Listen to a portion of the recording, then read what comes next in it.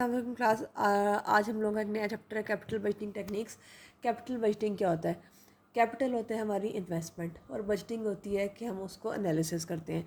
जैसे हम उर्दू में अगर लेमैन लैंग्वेज में कहें तो हम कैपिटल कहते हैं सरमाया, और बजटिंग मतलब सरमायाकारी। आपने सरमायाकारी एक बहुत कॉमन लफ्ज़ है, सुना होगा कि हम जो है कैपिटल को एनालाइज करते हैं। आपकी गिटमैन की बुक का चैप्टर नंबर मेरे पास 10 है, आप लोगों का एडिशन अगर आगे पीछे हो तो 9-10 ऐसे होगा आपका कैपिटल बजटिंग टेक्निक्स का।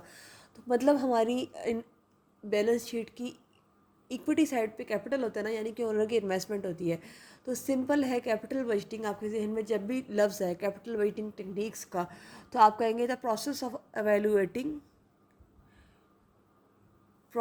Evaluating and selecting long term investments that are consistent with him goal of maximizing owner wealth। यानी कि हम उसकी इन्वेस्टमेंट को एवेल्यूएट कर रहे हैं कि हमने किधर लॉन्ग टर्म इन्वेस्टमेंट करनी है, कौन सा प्रोजेक्ट बेनिफिशियल है और कौन सा प्रोजेक्ट बेनिफिशियल नहीं है। तो ये हमारे पास है कैपिटल बजटिंग टेक्निक की डेफिनेशन। उसके बाद वो कह रहा है हमारे पास स्टेप्स हैं कैपिटल बजटिंग के। 5 स्टेप्स होते हैं। अगर हम कोई भी काम शुरू करें तो सबसे पहले हम कहते हैं ना आइडिया आता है तो हम काम शुरू करते हैं ना। तो सबसे पहला स्टेप है proposal generation, means idea generation, कि हमने एक आइडिया पेश किया है कि हमारे पास ये प्रोजेक्ट है, इसकी ये इन्वेस्टमेंट है, ये इसके कैश फ्लोज आएंगे, इतने हम इसके ऊपर एक्सपेंस करेंगे, इतना हमें प्रॉफिट आएगा या इतना हमें लॉस आएगा। उसके बाद है हमारे पास review and analysis. Review and analysis में ये कि हम फाइनेंस प्रपोजल को भेजते हैं फाइनेंस डिपार्टमेंट, और फिर वो उसको रिव्यू करते हैं कि फाइनेंशियली ये कितना साउंड है, फाइनेंशियली हमें कितना बेनिफिट दे रहा है और हमें कितना इसके ऊपर खुद से इन्वेस्ट करना पड़ेगा। और उसके बाद जब रिव्यू हो जाता है तो फिर डिसीजन मेकिंग होती है, इधर we are going to invest और नॉट, या तो हम इन्वेस्ट कर देंगे या तो फिर हम नहीं करेंगे। और फिर फोर्थ चीज़ है हमारी इम्प्लीमेंटेशन। इम्प्लीमेंटेशन क्या होती है कि हम कहते हैं कि बस अब हम जो है डिसीजन कर लिया था, ठीक है यहाँ पे इन्वेस्ट करना, हम उसके ऊपर इम्प्लीमेंट करने जा रहे हैं। और एंड में है फॉलोअप, कि अगर हमने इम्प्लीमेंट किया तो हम फॉलोअप फीडबैक लेते हैं। जैसे आप लोगों से फीडबैक लिया जाता है कि आप लोगों की स्टडीज़ कैसी जा रही हैं, तो ऐसे हम लोग फीडबैक लेते हैं कि इधर हमें ये बेनिफिशियल रहा हमारा प्रोजेक्ट या नहीं रहा। इसके बाद कुछ बेसिक टर्मिनोलॉजीज़ हैं, कुछ डेफिनेशन है छोटी छोटी, जो आपके पेपर्स के पॉइंट ऑफ व्यू से शॉर्ट क्वेश्चन के हिसाब से आपको बहुत ज़्यादा फ्रूटफुल होंगी। तो वो मैं आपको डेफिनेशन बताऊंगी। उसके बाद हम जाएंगे 3 टेक्निक्स की तरफ। बेसिकली 3 टेक्निक्स होती हैं हमारी कैपिटल बजटिंग की: पेबैक पीरियड, एनपीवी और आईआरआर, जो भी हम आगे जाकर डिटेल में पढ़ेंगे। तो इसके अंदर जो हमारे पास बेसिक टर्मिनोलॉजीज़ है उसके अंदर है 2 चीज़ें दी हुई हैं: project independent project versus mutually exclusive project. अब इंडिपेंडेंट प्रोजेक्ट क्या होता है कि उसके अंदर अगर हम एक प्रोजेक्ट को एक्सेप्ट कर रहे हैं या रिजेक्ट कर रहे हैं, उससे कोई और प्रोजेक्ट अफेक्ट नहीं हो रहा। यानी कि अगर हम कहीं भी इन्वेस्टमेंट कर रहे हैं तो उसके अंदर हमने येस और नो, इधर हमने इन्वेस्ट करना है या इन्होंने इन्वेस्ट नहीं करना, तो वो उससे दूसरा प्रोजेक्ट इफेक्ट नहीं हो रहा। और म्यूचुअली एक्सक्लूसिव क्या होता है कि अगर हम एक प्रोजेक्ट के अंदर इन्वेस्ट कर रहे हैं, एक के अंदर येस इन्वेस्ट कर रहे हैं, तो उससे ऑटोमेटिकली दूसरा रिजेक्ट हो जाता है। मतलब they are interlinked to each other, they are mutually मतलब डिपेंडेंट ऑन ईच अदर। तो वो हमारे होते हैं म्यूचुअली एक्सक्लूसिव प्रोजेक्ट्स। जैसे कि अगर हम कहते हैं कि हमने प्रोडक्शन कैपेसिटी इंक्रीज़ करनी है फिल्म ने, तो हम उसके प्लांट्स को एक्सपैंड करेंगे, एक्वायर करेंगे किसी और कंपनी के, contracting with another seller of the company. तो अगर हम किसी एक चीज़ को एक्सेप्ट करेंगे कि अगर हमने अपनी प्रोडक्शन कैपेसिटी इंक्रीज़ करनी थी, हमारे पास ऑप्शन थी या प्रोडक्शन प्लांट को एक्सपेंड कर लो, या फिर कोई और कंपनी एक्वायर कर लेंगी, या फिर आप अपनी किसी कंपनी को एक्वायर करें जिनको जो आपकी प्रोडक्शन कैपेसिटी को इंक्रीज़ करेगी। तो अगर हम इन 3 चीज़ों में से कोई एक चीज़ चूज़ करते हैं, क्योंकि अभी हमने सिर्फ प्रोडक्शन कैपेसिटी इंक्रीज़ करनी है, ऑटोमेटिकली दोनों अदर 2 ऑप्शंस को हमने जो है वो एलिमिनेट करना पड़ेगा, उसको रिजेक्ट करना पड़ेगा। तो ये थे हमारे म्यूचुअली एक्सक्लूसिव प्रोजेक्ट। और इंडिपेंडेंट वो है कि ठीक है हमारे पास इन्वेस्टमेंट है, 2-3 जगह इन्वेस्ट करनी है, बड़े फंड्स हमारे पास, हम हर जगह एक्सेप्ट कर सकते हैं। तो उससे जो है एक को एक्सेप्ट करने से दूसरे के ऊपर कोई फ़र्क नहीं पड़ता। आगे हमारे पास बात आ रही है अनलिमिटेड फंड्स की। Unlimited funds versus capital rationing. Unlimited funds क्या होते हैं हमारे पास? अनलिमिटेड फंड्स ये होते हैं कि हमारे पास बहुत ज़्यादा फाइनेंसेस अवेलेबल है, फाइनेंशियल सिचुएशन हमारी बहुत अच्छी है, और हम जितने भी इंडिपेंडेंट प्रोजेक्ट्स हैं उन सबको एक्सेप्ट कर सकते हैं, सब जगह पे हम इन्वेस्टमेंट कर सकते हैं। यानी कि फाइनेंस बहुत ज़्यादा है, और अगर हमारे पास कोई भी ऑप्शन है इंडिपेंडेंट प्रोजेक्ट की तो हम सबको एक्सेप्ट कर सकते हैं। और कैपिटल रेशनिंग क्या होती है कि हमारे पास फिक्स नंबर ऑफ डॉलर है अवेलेबल है कैपिटल एक्सपेंस करने के लिए, और उसके अंदर डिफरेंट प्रोजेक्ट्स के लिए हमें कंपेरिजन करते हैं कौन सा बेहतर होगा, हम वहाँ पे इन्वेस्ट करेंगे। तो डिफरेंट प्रोजेक्ट्स को एक दूसरे के साथ कम्पीट करना पड़ता है। इसके बाद है हमारे पास accept, reject approach and ranking approach.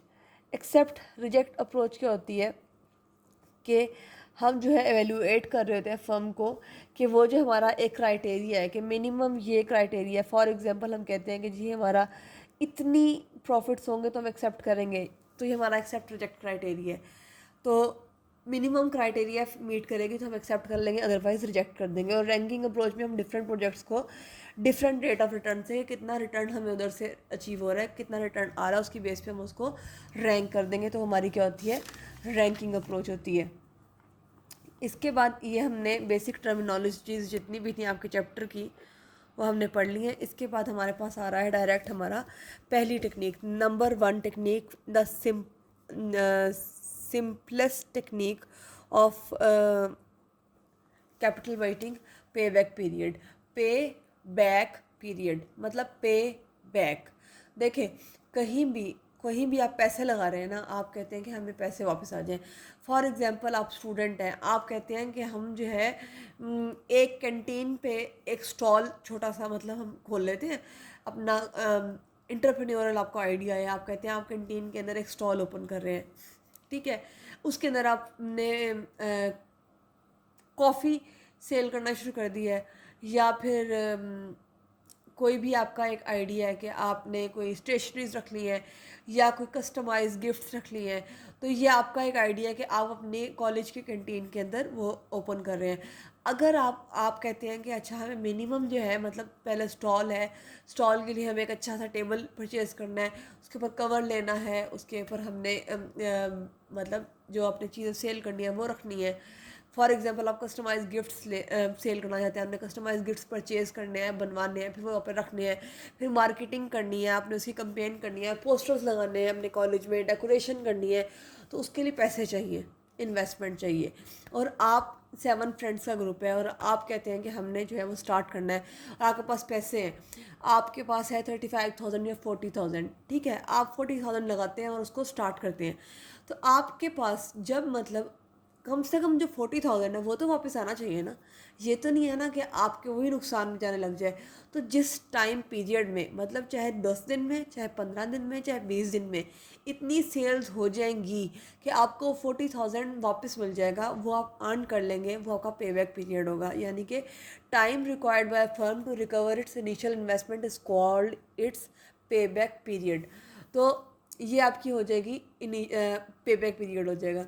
अब पे बैक जब आपकी इनिशियल इन्वेस्टमेंट रिकवर हो जाती है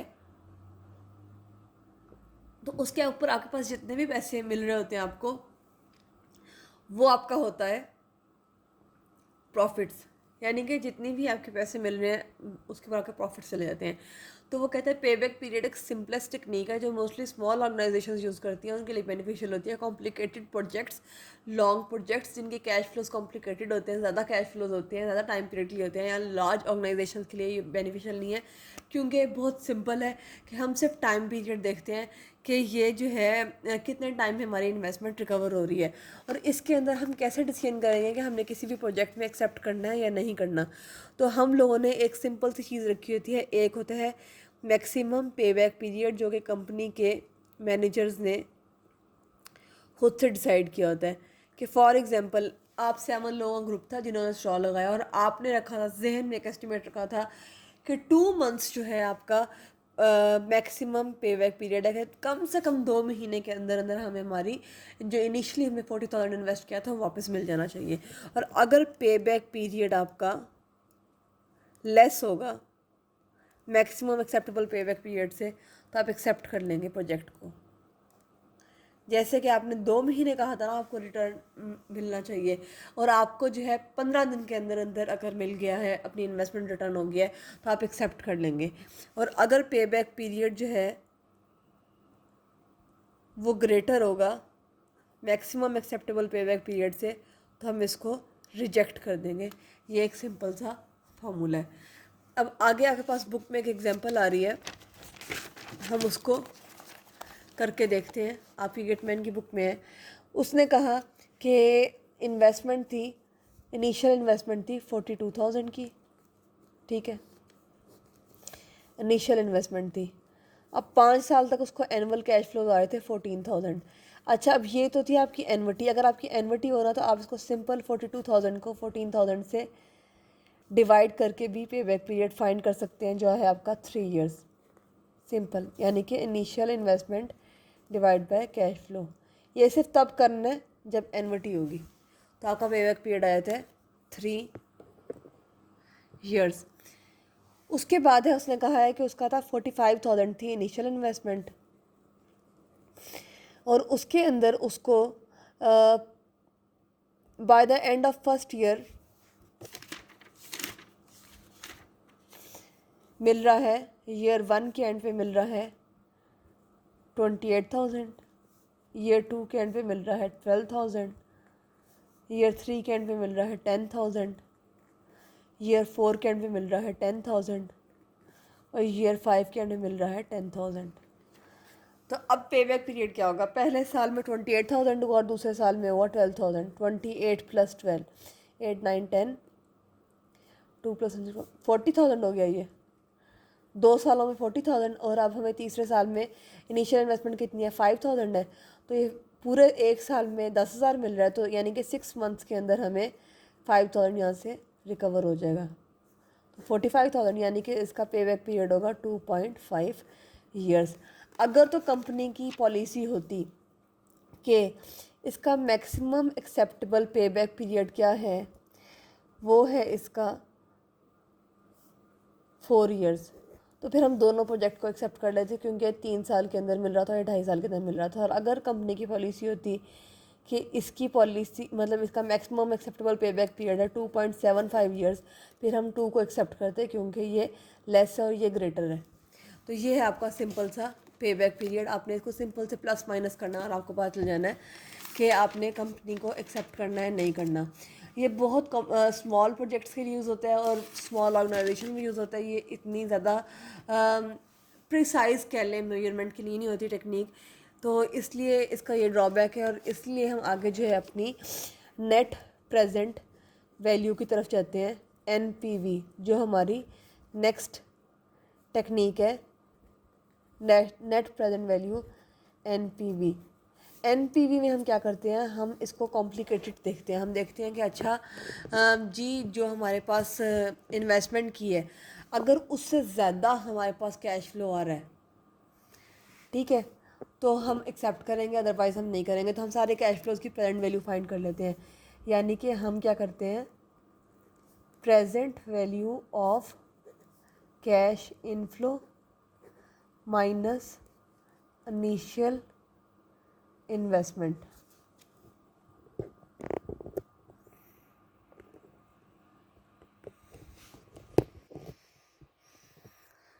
ठीक है, present value of cash flows minus initial investment. अब चैप्टर नंबर इसके अंदर जो है present value of cash flows क्या होता है,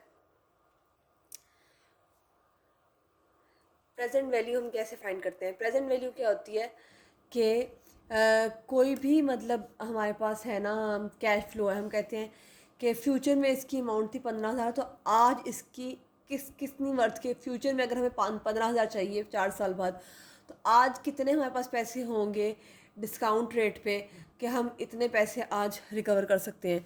ये वैसे FM2 वाले जो बच्चे हैं उन लोगों ने पहले पढ़ा होगा, FM1 वाले बच्चे हैं उन्होंने शायद ना पढ़ा हो।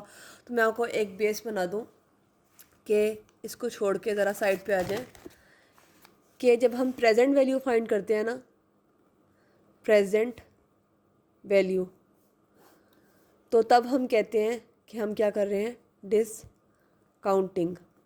यानी कि अगर फ्यूचर में हमारे पास 15,000 होना चाहिए 4 साल बाद और डिस्काउंट रेट है 10%, तो आज हमारे पास कितने पैसे होंगे जो 4 साल बाद इसके इक्वल होंगे? और फ्यूचर वैल्यू क्या होती है कि आज हमारे पास इतने पैसे हैं, 10% अगर हमें इन्फ्लेशन रेट है, तो आफ्टर 5 ईयर्स हमारे पास कितने पैसे होंगे, और फ्यूचर वैल्यू फाइंड करने को हम कहते हैं कंपाउंडिंग। ये एक चैप्टर एक्स्ट्रा है, वो मैंने इसलिए नहीं कराया क्योंकि ये एक इन्होंने कहा था कि एक मिक्स सा कोर्स है एफएम का, जिसके अंदर 1 और 2 के स्टूडेंट कंबाइन है, तो इसलिए मैंने 2 के चैप्टर्स करवाने थे, तो इसलिए मैंने यह चैप्टर आगे स्किप कर दिया है। अब इसके अंदर आपके पास है NPV इज़ इक्वल्स टू, अब आपके पास फार्मूला है। आप देखें, आप लोग अगर बुक खोलेंगे तो वहाँ से देख लें बेशक, नहीं तो बेशक कैश फ्लोज आपकी बुक में 1 + k⁻t, आप वो भी लिख सकते हैं, 1 + i⁻n भी लिख सकते हैं। ये है सम का साइन, यानी कि जितनी भी कैश फ्लोज हैं उनको सम करके माइनस करेंगे हम इनिशियल इन्वेस्टमेंट। और जब हम शुरू में इन्वेस्ट करते हैं, ये देखें, ये होती है ना टाइम पीरियड 0, 1, 2, 3, 4, 5, 0 पे पैसे हम इन्वेस्ट कर रहे होते हैं, तो ये माइनस में होता है, यानी कि कितने पैसे इन्वेस्ट किए थे हमने प्रोजेक्ट बी में, 45,000 माइनस, और फिर पहले साल में हमारे पास आ रहा है 28,000, दूसरे में आ रहा है 12,000, तीसरे में आ रहा है 10,000, चौथे में 10,000, और पाँचवें में भी 10,000। तो हमने फार्मूला क्या पुट करना है NPV का, cash flow divide by 1 + i⁻n - CF0। अब आप सिंपल फार्मूला पुट करें, 28,000 डिवाइड बाय आई इसने दिया हुआ है हमारे पास होपफुली 10%, डिवाइड बाय 1 + 10 को 100 पे डिवाइड करें, 0.10 होता है, 1 + 0.10 की पावर 1, आंसर निकालें, क्या आया, 25,455। ऐसे ही दूसरे का निकालें, 12,000 डिवाइड बाय 1.10 की पावर 2, आंसर आया 9917। ऐसे ही तीसरे का निकालें, 10,000 डिवाइड बाय 1.10 की पावर 3, तो ये आया 7513। ऐसे ही आया 10,000 डिवाइड बाय 1.10 की पावर 4, तो ये आया 6830। ऐसे ही 10,000 डिवाइड बाय 1.10 की पावर 5, तो ये आया 6209। अब ये पाँचों की वैल्यूज़ आई हैं, 25,455 + 9917 + 7513 + 6830 + 6209, यानी जो हर साल की हमने अलग अलग प्रेजेंट वैल्यू फाइंड कर ली कैश फ्लोज की। इन सब को हम क्या, यहाँ सम लगा हुआ है ना, समेशन, तो इन सब को हम सम कर लेंगे। इस सब को हमने सम किया तो हमारे पास आंसर क्या आया, 55,924। ठीक है, और इसमें से हमने क्या कहा था कि हमने माइनस कर देनी है अपनी इनिशियल इन्वेस्टमेंट। इनिशियल इन्वेस्टमेंट कितनी है, 45,000 है, तो ये हमने माइनस कर दी 45,000, माइनस कर दी तो हमारे पास आंसर कितना आ गया, 10,924। अब कैसे पता चलेगा प्रोजेक्ट को एक्सेप्ट करना है या रिजेक्ट करना है, ये हमारे पास आ गई हमारी NPV। अच्छा, NPV के लिए वो कहते हैं अगर आंसर जो है हमारा ग्रेटर देन 0 होगा तो हम एक्सेप्ट करेंगे, लेस देन 0 होगा तो हम रिजेक्ट करेंगे। अब ये ग्रेटर देन 0 है तो हम इसको एक्सेप्ट कर लेंगे, यहाँ पे हम इन्वेस्टमेंट कर देंगे। अब 0 और लेस देन 0 की क्या बात होती है, 0 होता है हमारा break even point. Break even point क्या होता है कि नो प्रॉफिट नो लॉस, ना हमें प्रॉफिट हो रहा है ना हमें लॉस हो रहा है, तो इसीलिए 0 से ऊपर पॉजिटिव फिगर है, इट मीन्स हमें प्रॉफिट हो रहा है 10,924 का, तो हम एक्सेप्ट कर रहे हैं। अगर नेगेटिव में वैल्यू होती है, इट मीन्स हमें लॉस हो रहा है, तो फिर हम उसके अंदर इन्वेस्ट ना करते। जो बच्चे पहले जो हलीमा अफजल वाली क्लास है, अली जैदी वाली क्लास है, जिन बच्चों ने पहले FM1 पढ़ी है उनके लिए तो ये चीज़ बहुत इजी है, क्योंकि आप लोगों ने टाइम वैल्यू ऑफ मनी का चैप्टर पढ़ा हुआ है। और मैंने वो इसलिए नहीं पढ़ाया क्योंकि 2 क्लासेस अब मिक्स हैं, तो जिन बच्चों ने नहीं पढ़ा हुआ वो ज़रा ज़्यादा फोकस कर लें, वो ज़्यादा ध्यान से पढ़ लें। अब इसके अंदर एक ऑप्शन एनवीटी वाले फार्मूले की भी होती है। अगर हमारे पास एनवीटी क्या होती है, series of equal periodic cash flows. चलें आप छोड़ें, आप ऐसे ही कर लें, मैं आपको क्वेश्चन सिंपल कर दूँगी, वरना फिर दूसरे वाले बच्चों के लिए मुश्किल हो जाएगा। इसके बाद है हमारे पास IRR, internal rate of return, IRR। Internal rate of return क्या होता है?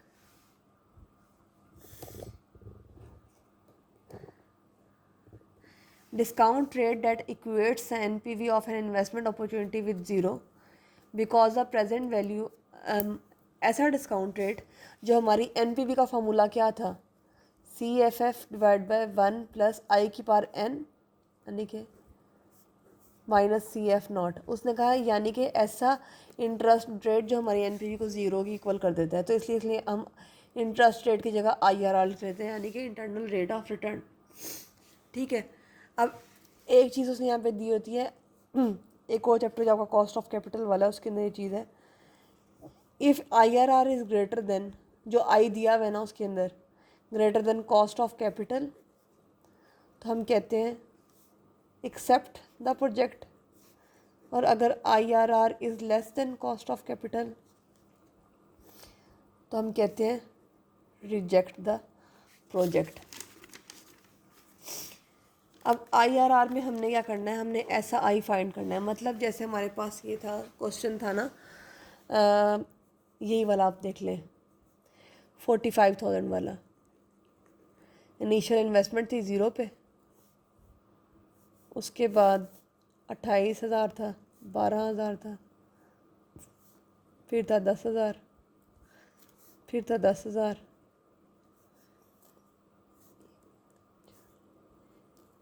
फिर था 10,000, 5 1 2 3 4 5।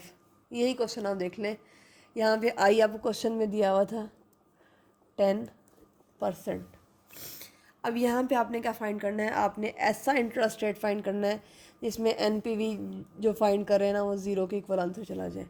तो इसके अंदर सबसे आसान तरीका होता है, इसे हम कहते हैं hit and trial method. Means कि हम तुक्के लगाते हैं, हमने क्वेश्चन सॉल्व ही तुक्के लगा लगा के करना है, कि हम एक रैंडम तुक्का लगाएंगे। अच्छा जी, हमारा आई तो दिया हुआ था पहले 10% पे दिया हुआ था ना, तो इसके अंदर हम क्या करते हैं कि मतलब जो हमारे पास आई दिया हुआ है क्वेश्चन में उसके अगेंस्ट हम तुक्का लगा लेते हैं।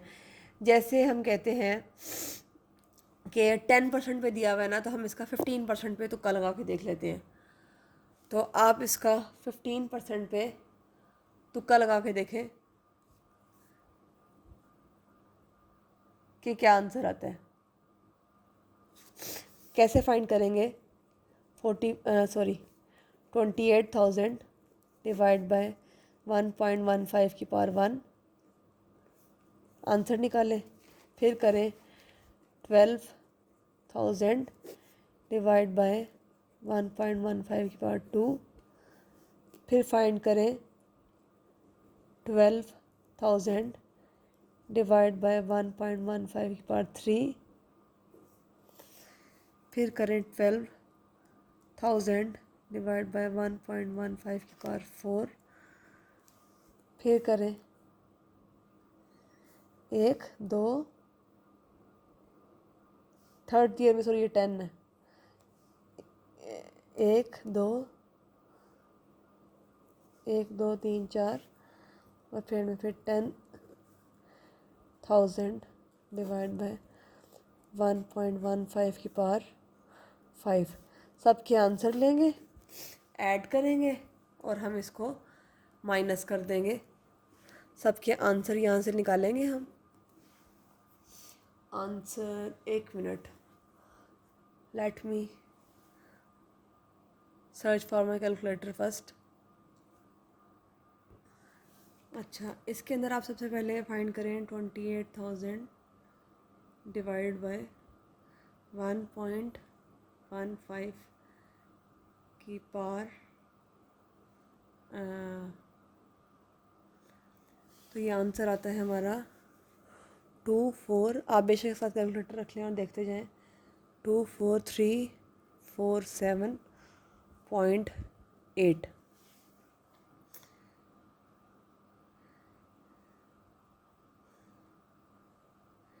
ऐसे ही अगर हम सेकेंड ईयर में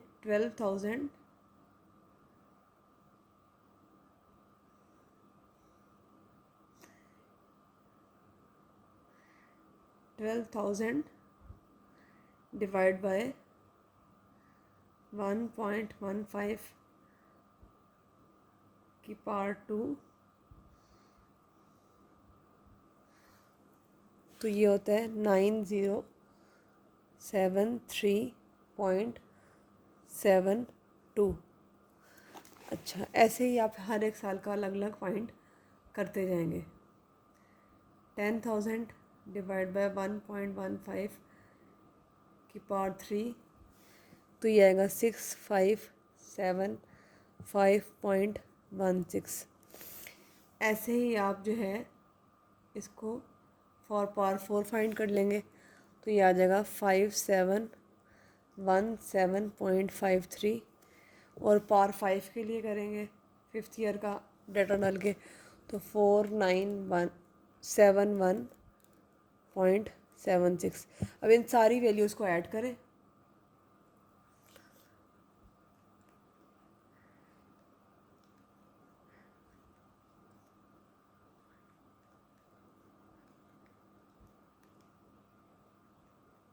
सारी वैल्यूज़ को ऐड करें और इसमें से